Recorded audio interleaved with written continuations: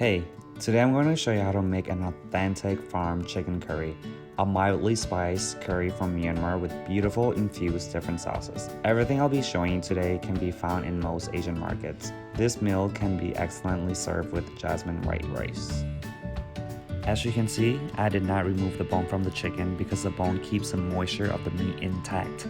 The texture and juiciness of the bony meat enhances the flavor of the dish during the cooking process. Alright, let's get started. And this is pretty much what you need.